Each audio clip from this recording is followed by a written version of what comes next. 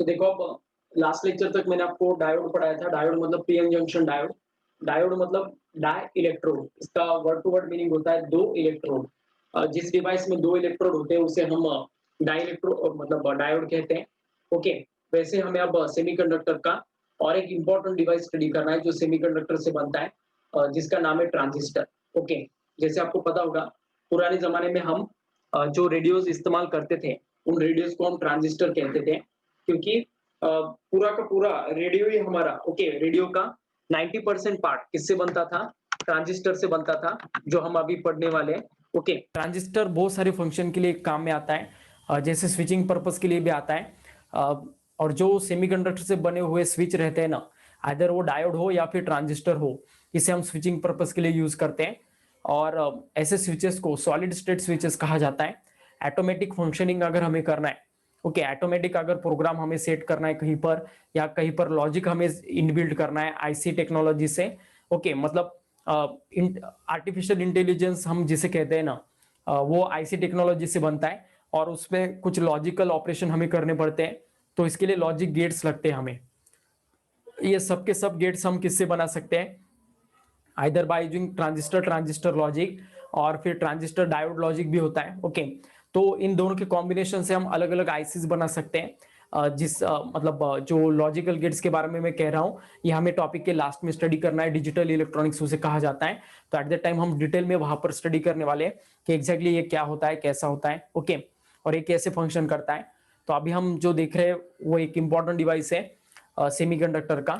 Okay, diode के बाद, diode का भी थोड़ा आपको कम एक्सप्लेनेशन था, लेकिन ट्रांजिस्टर पूरा डिटेल में है। ठीक है, तो ऐसा ये डिवाइस है ट्रांजिस्टर।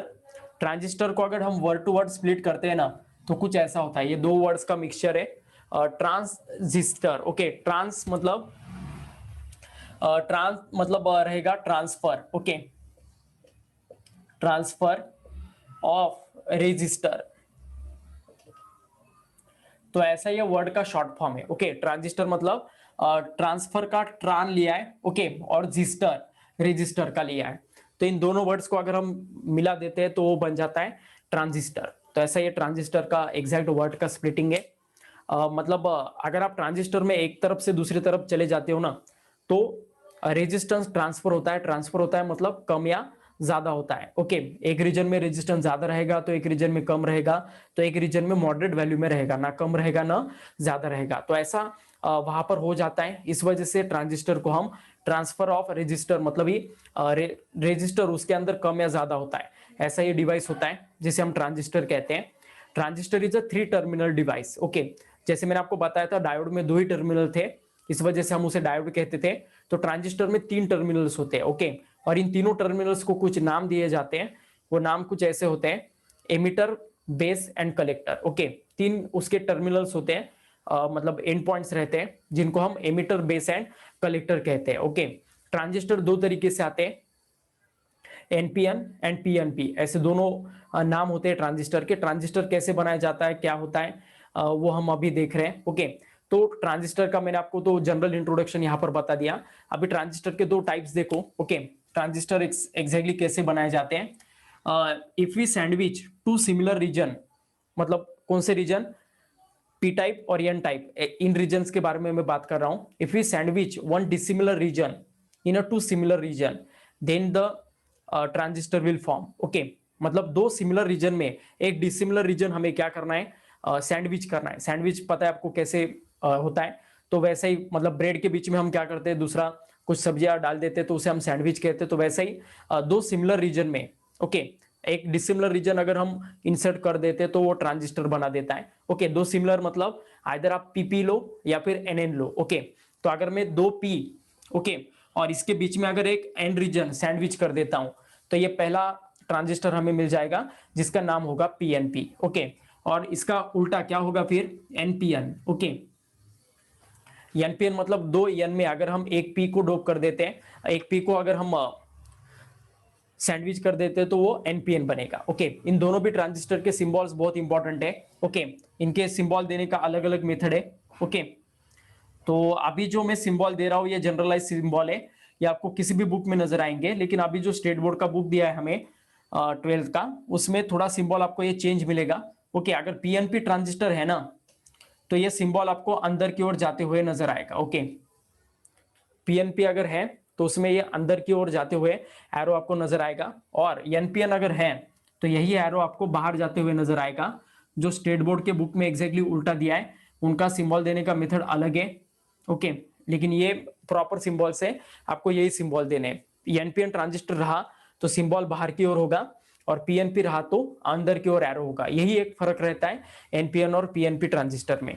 इसके आपको सिंबल पहचानने के लिए भी एमसीक्यूज में क्वेश्चन आते हैं। ओके, तो याद रखिएगा, ये ऊपर वाला रीजन रहता है कलेक्टर, दोनों का भी।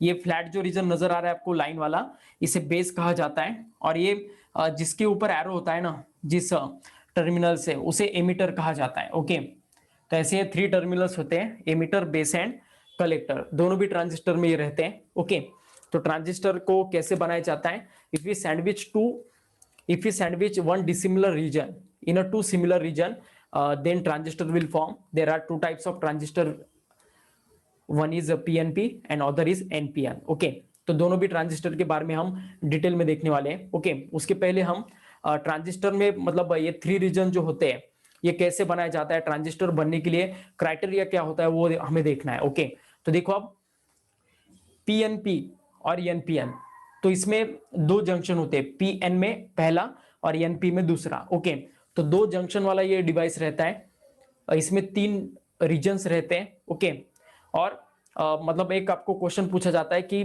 Can we use 2 diodes, okay, back to back and we can form transistor. Okay, तो इसका आंसर डेफिनेटली नो रहेगा। ओके, आपको ऐसा पूछा जाता है कि 2 डायोड को मिलाकर क्या हम ट्रांजिस्टर को बनाया जा सकता है क्या?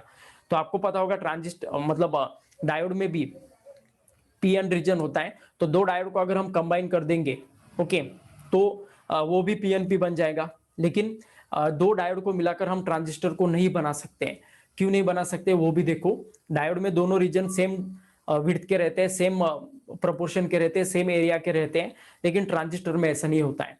ट्रांजिस्टर में जो 3 रीजन है ना, पीएनपी और एनपीएन, तो इसमें से एक बड़ा रहता है, एक छोटा रहता है, और एक मीडियम वैल्यू में रहता है। ओके, तो कौन सा बड़ा रहता है, कौन सा छोटा रहेगा, कौन सा मीडियम वैल्यू में, और इसके साथ ही डोपिंग भी इनमें अलग अलग रहता है। एक में ज्यादा डोपिंग रहता है, तो एक में कम रहता है, तो एक में मॉडरेट रहता है। तो क्या एग्जैक्टली क्राइटेरिया होता है एमिटर, बेस और कलेक्टर का ट्रांजिस्टर में, वो हम देखते हैं। ओके, तो देखो अब कोई भी ट्रांजिस्टर हो, आइदर वो एनपीएन हो या फिर पीएनपी हो, उसमें 3 रीजन तो रहना ही है। ओके, एमिटर, बेस और कलेक्टर। तो एमिटर वाला रीजन कुछ ऐसा रहता है, ये बेस वाला रीजन रहेगा। ओके, और ये कलेक्टर वाला। ओके, तो एमिटर, बेस और कलेक्टर, ऐसे ये 3 रीजन से। ओके, और ये इनके 3 टर्मिनल से। तो इससे आपको क्या समझ में आ रहा है, कौन सा एरिया बड़ा दिखाई दे रहा है, बताओ मुझे। Which area is bigger among this 3 region? Collector. Okay, area wise अगर हम देखते हैं, ओके, तो कलेक्टर का एरिया सबसे ज्यादा है। ओके, उसके बाद किसका एरिया नजर आएगा आपको? एमिटर का। ओके, एमिटर का एरिया मॉडरेट वैल्यू में रहता है, ना ज्यादा ना कम। ओके, और बेस का अगर हम देखते हैं तो बहुत ही कम एरिया रहता है। सबसे थिन रीजन अगर कोई है तो वो बेस रहेगा। Okay, base is the smallest area region among all the 3 regions. Okay, और वही अगर हम डोपिंग वाइज देखते हैं ना, तो डोपिंग वाइज भी सबसे ज्यादा डोपिंग अगर किसी का रहेगा, डोपिंग मतलब जो हम इंप्योरिटीज ऐड करने वाले, आइदर ट्राइवेलेंट या फिर पेंटावेलेंट। अगर आप पीएनपी ट्रांजिस्टर ले रहे हो तो आपका एमिटर पी रीजन का रहेगा, तो एट द टाइम आपको ट्राइवेलेंट इंप्योरिटी डोप करना पड़ेगा। और वही अगर आप एनपीएन ट्रांजिस्टर लेते हो तो आपका एमिटर एन रीजन का रहेगा, इसके लिए आपको पेंटावेलेंट इंप्योरिटी डोप करना पड़ेगा। So it all depends on the, ये डिपेंड होता है कि आप कौन सा ट्रांजिस्टर फॉर्म करना चाहते हो, एनपीएन या फिर पीएनपी। ओके, तो डोपिंग वाइज अगर देखते हैं हम, तो सबसे हाई डोपिंग रहता है, नाम ही इसका एमिटर है, ये एमिट करता है चार्ज कैरियर्स को, आइदर वो होल्स हो या फिर इलेक्ट्रॉन हो। इसी वजह से डोपिंग में सबसे ज्यादा डोपिंग किसी का रहेगा तो वो रहेगा एमिटर का। उसके बाद रहता है कलेक्टर, और उसके बाद रहेगा बेस। ओके, तो इन तीनों में से हम एमिटर, बेस और कलेक्टर को इन 2 ऑर्डर से हम डिफाइन कर सकते हैं। Collector is a large area and moderate doping region, जिसका मिड वैल्यू में है ना उसे मॉडरेट वर्ड इस्तेमाल किया जाता है। तो कलेक्टर को हम कैसे डिफाइन कर सकते हैं? Collector in a transistor is a large area and moderate doping region. Okay, ये कलेक्टर का डिफिनेशन रहेगा। एमिटर के बारे में बताना है तो emitter is a moderate area and high doping region. Doping सबसे हाई किसका रहेगा? एमिटर का रहेगा। और बेस को अगर डिफाइन करना है तो base is a lightly dope and thin region. Okay, area wise thin रहेगा और डोपिंग वाइज लाइट रहेगा। ओके, सबसे कम डोपिंग बेस में रहेगा। ओके, तो ऐसे ये 3 क्राइटेरिया है रिलेटेड टू द ट्रांजिस्टर। तो ट्रांजिस्टर फॉर्म करने के लिए हमें ये कंडीशन सेटिस्फाई होना बहुत जरूरी है। अगर हम 2 डायोड को मिलाते हैं ना तो फिर बेस का एरिया ज्यादा हो जाएगा और एमिटर और कलेक्टर का एरिया क्या हो जाएगा? सेम हो जाएगा। तो वो हमें नहीं चलेगा। इस वजह से 2 ट्रांजिस्टर को बैक टू बैक मिलाकर हम, और आपको पता होगा डोपिंग जो रहता है डायोड में वो सेम तरीके का रहता है दोनों भी रीजन में। इस वजह से जब हम डोप करेंगे तो at that time doping same हो जाएगा, वो हमें नहीं चलेगा। तो ट्रांजिस्टर बनाने के लिए ये क्राइटेरिया बहुत इंपॉर्टेंट है जो मैंने अभी आपको बताया, तभी ट्रांजिस्टर बनता है। इस वजह से 2 डायोड को हम बैक टू बैक कनेक्ट करके कभी भी ट्रांजिस्टर में कन्वर्ट नहीं कर सकते। Okay, so is it okay? आपको अब तीनों रीजन्स और दिक्कत आपकी सीट में?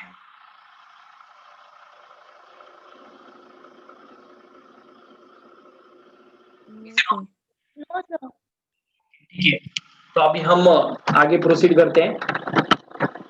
तो अब नेक्स्ट बिट रहेगा, तो हमें अब डायोड का मतलब ट्रांजिस्टर का वर्किंग देखना है, जिसे एक्शन ऑफ ट्रांजिस्टर कहा जाता है कि एग्जैक्टली ट्रांजिस्टर वर्क कैसे करता है वो हमें देखना है। तो वर्किंग एक्सप्लेन हम आइदर कौन से भी एक ट्रांजिस्टर का करने वाले हैं तो बेटर वे हम एनपीएन लेते हैं। ओके, और फिर मैं आपको पूरा एक वर्किंग एक्सप्लेन करता हूं कि एग्जैक्टली इसमें मतलब करंट कहां से कहा जाता है और डायोड कैसे कंडक्ट करता है। ओके, तो इसका वर्किंग हम जो होता है ना ट्रांजिस्टर का, ये जैसे आपको पता होगा, बताओ मुझे आप एक क्वेश्चन का आंसर पहले कि इस ट्रांजिस्टर में कितने जंक्शन नजर आ रहे हैं? How many junctions are present इन?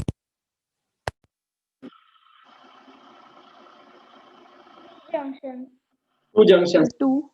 तो 2 जंक्शन है यहाँ पर, एक रहेगा एमिटर और बेस के बीच में। ओके, आपको पता होगा पी और एन रीजन का जो बाउंड्री होता है उसे हम जंक्शन कहते हैं।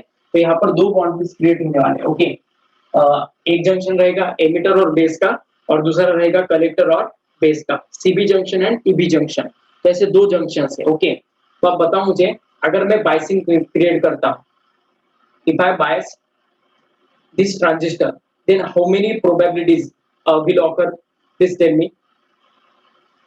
अगर हम देखो डायोड को अगर मैंने बायसिंग किया था तो 2 बायसिंग फॉर्म हो रहे थे, forward biasing and reverse biasing. मतलब एक ही जंक्शन था तो आइदर हम उसे फॉरवर्ड बायस कर सकते थे या फिर रिवर्स बायस। 4 तो 4 प्रोबेबिलिटीज आने वाले हैं, राइट आंसर है। ओके, और वो प्रोबेबिलिटीज क्या क्या आ सकते हैं वो हम थोड़ा सोचते हैं इसके बारे में। ओके, पहले हम एमिटर बेस जंक्शन लेते हैं और दूसरा कलेक्टर बेस। तो इन 2 जंक्शंस को हम 2 बैटरीज के साथ कनेक्ट करना पड़ेगा। तो यहाँ पर हमें 2 बैटरीज लगने वाले इसके वर्किंग को स्टडी करने के लिए। ओके, तो देखो अब ये दोनों भी जंक्शन हम क्या क्या प्रोबेबिलिटी है, दोनों जंक्शन हम फॉरवर्ड बायस कर सकते हैं, एक फॉरवर्ड बायस एक रिवर्स बायस। ओके, फिर reverse bias forward bias. Okay, और लास्ट में क्या आएगा? Reverse bias and reverse bias. तो टोटल कितने प्रोबेबिलिटीज बन सकते हैं इन जंक्शंस के? 2, 4 प्रोबेबिलिटीज। ओके, एफ बी मतलब forward bias, F B R B मतलब forward bias and reverse bias. तो ऐसे 4 प्रोबेबिलिटीज बनते हैं। इसमें से देखो आप ये वाला जो सेक्शन होता है ना, एफ बी, ऐसे कंडीशन में अगर हम ट्रांजिस्टर को ऑपरेट करते हैं तो इसे सैचुरेशन रीजन कहा जाता है। सैचुरेशन मतलब ट्रांजिस्टर इस कंडीशन में ऑन स्विच की तरह बिहेव करता है। इसका जो करंट रहता है वो कम भी नहीं होता है और ज्यादा भी नहीं होता है। ऐसे रीजन को सैचुरेशन रीजन कहा जाता है। ओके, तो ट्रांजिस्टर को अगर इस रीजन में हम ऑपरेट करेंगे तो इसे सैचुरेशन रीजन कहा जाता है। Okay, saturation. और ट्रांजिस्टर इसमें किसकी तरह बिहेव करता है? As a on switch. Okay, मतलब स्विचिंग पर्पस के लिए हम ये वाला केस यूज कर सकते हैं, फॉरवर्ड बायस। ओके, अब ये जो है ना फॉरवर्ड बायस रिवर्स बायस, ये वाला बहुत इंपॉर्टेंट केस है और इसी का वर्किंग आपको एक्सप्लेन करना पड़ता है। इस रीजन में अगर ट्रांजिस्टर को हम ऑपरेट करते हैं तो इसे एक्टिव रीजन कहा जाता है। Okay, this region is a active region, सबसे इंपॉर्टेंट रीजन ये। इसमें अगर हम ट्रांजिस्टर यूज करते हैं तो ये एम्पलीफिकेशन के लिए यूज में आता है। ओके, मतलब इस रीजन में अगर हम ट्रांजिस्टर को ऑपरेट करते हैं तो ट्रांजिस्टर एम्पलीफायर की तरह बिहेव करता है। ओके, एम्पलीफाई करता है सिग्नल को। ओके, ऐसे सिग्नल अगर कम वैल्यू का रहा तो उसे बड़ा वैल्यू का बनाने के लिए ये एम्पलीफायर का इस्तेमाल करते हैं। आपको पता होगा जहां पर भी हमें आवाज को बढ़ाना है हमारे, ओके, लाउड स्पीकर यूज करने हैं, बहुत सारी जगह पर आवाज स्प्रेड करना है तो वहां पर हम एम्पलीफायर्स यूज करते हैं, वो साउंड को बूस्टअप करता है।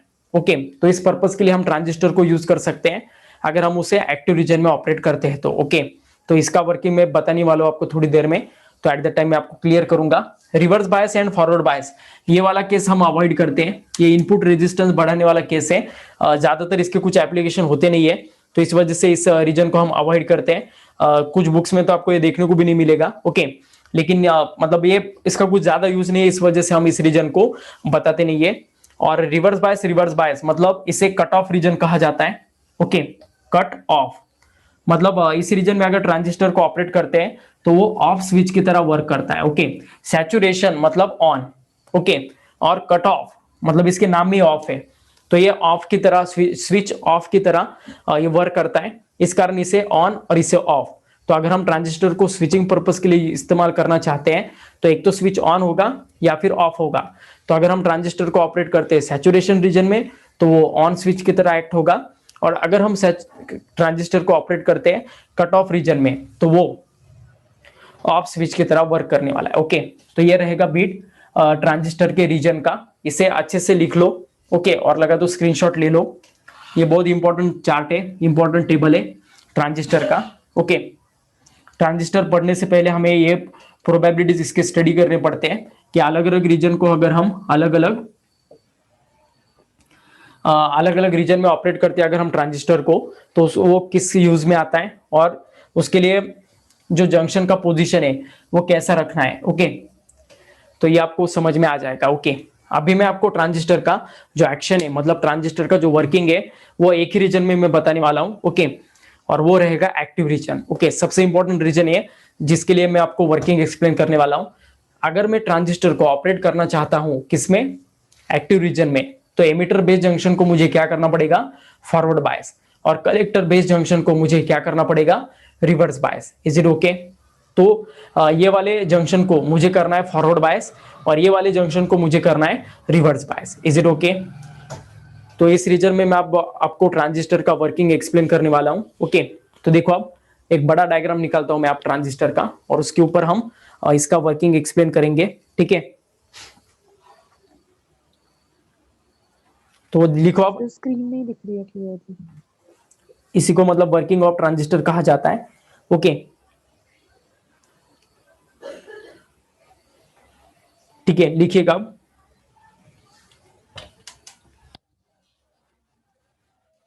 तो ट्रांजिस्टर हम लेने वाले आप ENPN। ओके, आप PNP भी ले सकते हो, कुछ भी प्रॉब्लम नहीं है। ओके, लेकिन कन्वेंशनली हम एक ही ट्रांजिस्टर का वर्किंग में बताने वाला हूं तो मैं NPN सेलेक्ट करता हूं। ओके, और फिर हम उसका वर्किंग देखते हैं अच्छे से। एक्टिव रीजन में उसे वर्क करने वाले हम, मतलब ऑपरेट करने वाले। ओके, सो सियर ट्रांजिस्टर का एग्जैक्ट डायग्राम अगर हम निकालते हैं तो इसमें भी वो डिप्लेशन रीजन फॉर्म हो जाता है, उसका पोजीशन लिखना पड़ता है आपको। ओके, ये रहेगा हमारा एमिटर, ये रहेगा बेस, और ये वाला रहेगा बड़ा वाला रीजन कलेक्टर। ओके, तो एमिटर में ना डिप्लेशन रीजन बहुत कम दिखाओ, क्योंकि emitter is highly dope region, that's why जहां पर हाई डोपिंग होता है ना वहां पर डिप्लेशन रीजन बहुत ही कम रहता है विड्थ में, और बेस में ज्यादा रहेगा, ये स्प्रेड होगा क्योंकि base is a lightly dope region. तो वैसे यहां पर भी होगा, बेस कलेक्टर रीजन में भी ये बेस रहेगा हमारा, ये रहेगा हमारा एमिटर और ये रहेगा कलेक्टर। तो बेस हमारा N से बनेगा, सॉरी एमिटर N से बनेगा, बेस P से, और कलेक्टर फिर N से, क्योंकि हम NPN ट्रांजिस्टर देख रहे हैं तो दैट्स वाई कुछ ऐसा रहेगा। ओके, अब देखो बेस में ये ज्यादा स्प्रेड होगा और कलेक्टर में ये थोड़ा एमिटर से ज्यादा होगा। ओके, क्योंकि आपको पता होगा कलेक्टर मॉडरेट डोपिंग रीजन है तो सबसे कम डोपिंग एमिटर में होता है, इस कारण यहां पर एक पॉजिटिव चार्ज का वॉल फॉर्म हो जाएगा। ओके, छोटा सा, क्योंकि हाई डोपिंग रीजन है तो यहाँ पर डिप्लेशन रीजन का विड्थ कम रहेगा और बेस में ज्यादा रहेगा। ओके, बेस में बड़े बड़े मतलब चार्ज कैरियर्स में डिप्लेट हुए दिखा रहा हूँ। ओके, क्योंकि जो डिप्लेशन रीजन है वो हाईली डोप रीजन में कम स्प्रेड होता है और लो डोपिंग रीजन में ज्यादा स्प्रेड होता है। ओके, तो ऐसा कुछ रहेगा और यहाँ पर भी आपको दिखाना पड़ेगा। सॉरी, ये पी रीजन है ना, तो पी रीजन में negative charge immobile ions form हो जाते हैं। सॉरी, यहाँ पर मैं करेक्ट करता हूँ। ओके, ये निगेटिव निगेटिव निगेटिव और यहाँ पर भी निगेटिव निगेटिव होने वाले हैं अंदर और बाहर पॉजिटिव, क्योंकि वहां पर एन रीजन है। ओके,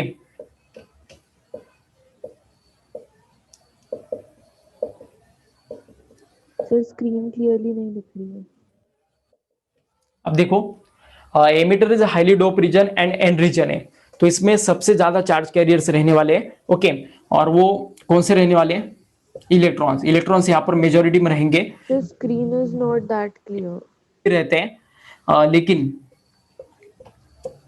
होल बहुत कम पोर्शन में रहने वाले हैं। ओके, क्योंकि वो माइनॉरिटी चार्ज कैरियर्स है इन एन रीजन। ओके, तो होल बहुत कम दिखाओ। ओके, और इलेक्ट्रॉन बहुत ज्यादा। Okay, density wise. और base is a P region, तो P region is a lightly dope region, तो इसमें थोड़े होल्स दिखाना है आपको, लेकिन इनका जो नंबर है वो बहुत कम दिखाना है क्योंकि लाइटली डोप्ड है। ओके, और कुछ इलेक्ट्रॉन्स भी रहेंगे यहाँ पर, नो डाउट। ओके, इसके बाद ओके स्क्रीन क्लियर हो जाएगा, जस्ट 2 मिनट्स। अब देखो, नेक्स्ट है कलेक्टर में आपको इलेक्ट्रॉन्स ही दिखाना है, लेकिन इलेक्ट्रॉन्स का डेंसिटी बहुत कम दिखाना है एज कंपेयर टू एमिटर, क्योंकि collector is a moderately dope region. Okay, और लार्ज एरिया रीजन है, इस वजह से इसका डोपिंग थोड़ा कम रहेगा। ओके, तो ऐसा ये डायग्राम रहेगा ट्रांजिस्टर का। ओके, अब इस ट्रांजिस्टर को मैं ऑपरेट करना चाहता हूं किसमें? इस ट्रांजिस्टर को हम ऑपरेट करना चाहते हैं किस कंडीशन में?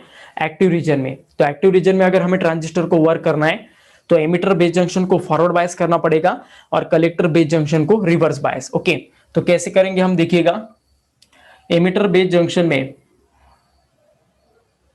हमें ओमिक कॉन्टैक्ट डेवलप करके एक पहला टर्मिनल बाहर निकालना है, बाद में बेस के साथ दूसरा और कलेक्टर के इससे हमें तीसरा कॉन्टैक्ट क्रिएट करना है और इनके बीच में हमें 2 बैटरीज अब कनेक्ट करने हैं।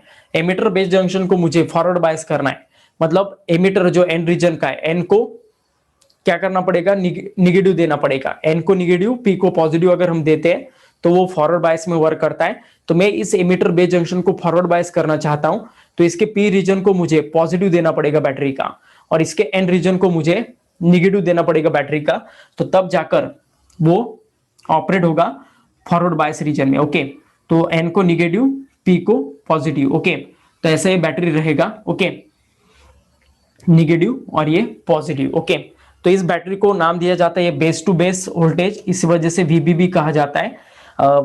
जस्ट मतलब बैटरी के नाम है, आप कुछ भी दे सकते हो। और ये वाला जो जंक्शन है, ओके, बेस और कलेक्टर वाला, कलेक्टर बेस के बीच में, तो ये वाला जंक्शन हमें रिवर्स बायस करना है। रिवर्स बायस मतलब पी को निगेटिव देना पड़ेगा, ओके, और एन को पॉजिटिव। ओके, ऐसा, तो ये वाला रीजन रहेगा जिसे हम, और ये बैटरी को नाम दिया जाता है वीसीसी। तो 2 बैटरीज हमें लगते हैं ट्रांजिस्टर को मतलब किसी भी रीजन में ऑपरेट करने के लिए, आइदर वो एक्टिव रीजन हो, सैचुरेशन हो या फिर कट ऑफ हो, तो 2 बैटरीज हमें इसेंशियल है। ओके, उनको आइदर फॉरवर्ड बायस या रिवर्स बायस करना है, तो अकॉर्डिंग टू दैट हमें ये बैटरीज का पोजीशन कनेक्ट करना पड़ता है। तो अब ये वाला ट्रांजिस्टर एक्टिव रीजन में वर्क करेगा। कैसे करेगा वर्किंग, अब वो देखिएगा। यहां पर अगर निगेटिव है तो यहां पर निगेटिव है, यहां पर अगर पॉजिटिव है तो यहां पर पॉजिटिव है। ओके, अब देखो ये इलेक्ट्रॉन्स है, electron carries which type of charge?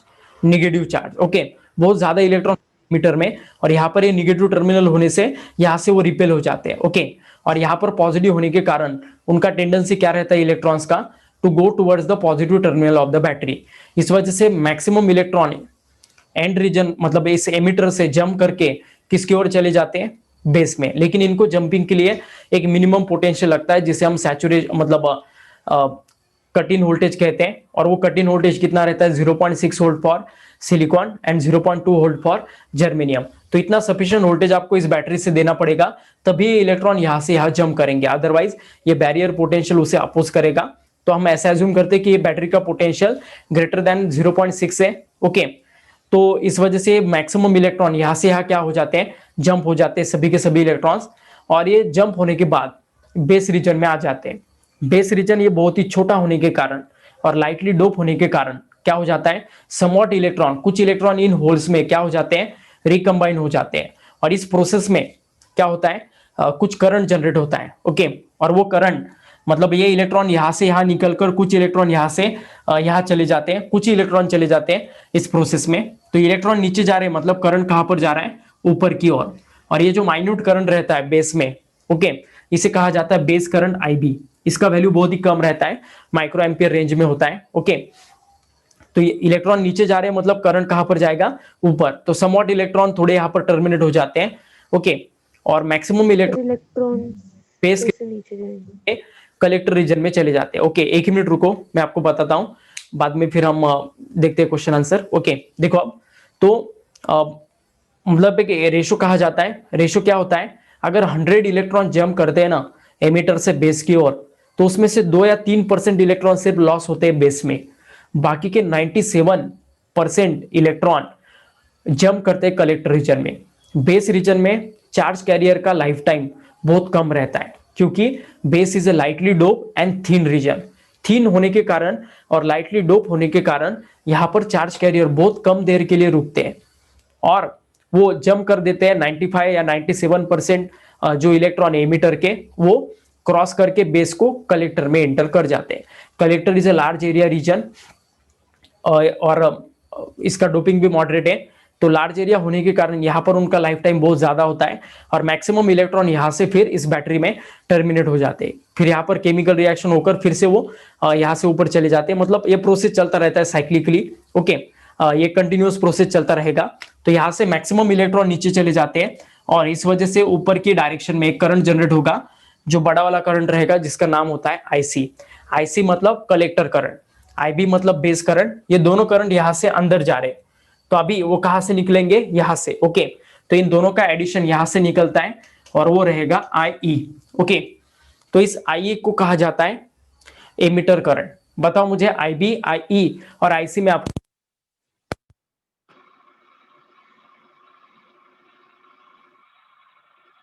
Sir वो जो आई बी है, वो करंट कैसे अंदर एंटर कर रहा है? मतलब वो इलेक्ट्रॉन्स जो है वो तो हम एन से पी की तरफ मूव करवा रहे हैं ना?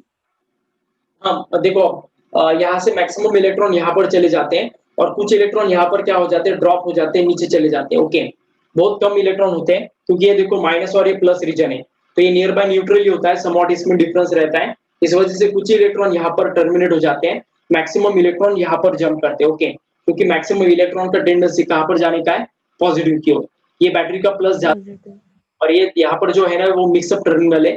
ओके, तो इस वजह से बहुत कम इलेक्ट्रॉन यहाँ पर लीक होते हैं, और इस वजह से बेस करंट बहुत माइन्यूट होता है, माइक्रो एम्पियर रेंज में होता है, और collector current milliampere range में रहेगा। Okay, is it okay? बताओ मुझे आईबी, आईसी और आई। सर लेकिन जो आईबी का डायरेक्शन है वो तो उल्टा होना चाहिए ना, क्योंकि इलेक्ट्रॉन्स ऐसे मूव कर रहे हैं। देखो इलेक्ट्रॉन नीचे जा रहे हैं, तो हम हमेशा करंट का डायरेक्शन क्या एज्यूम करते हैं, इलेक्ट्रॉन के डायरेक्शन के अपोजिट। तो अगर इलेक्ट्रॉन नीचे, हाँ ओके, तो फिर करंट ऊपर जाएगा, और सही हो रहा है, इलेक्ट्रॉन नीचे जा रहे हैं, तो फिर करंट का डायरेक्शन कहां पर होगा, ऊपर। ओके, ऊपर। तो ऐसे ही करंट्स के डायरेक्शन होते हैं। तीनों में रिलेशन बता सकते हो मुझे?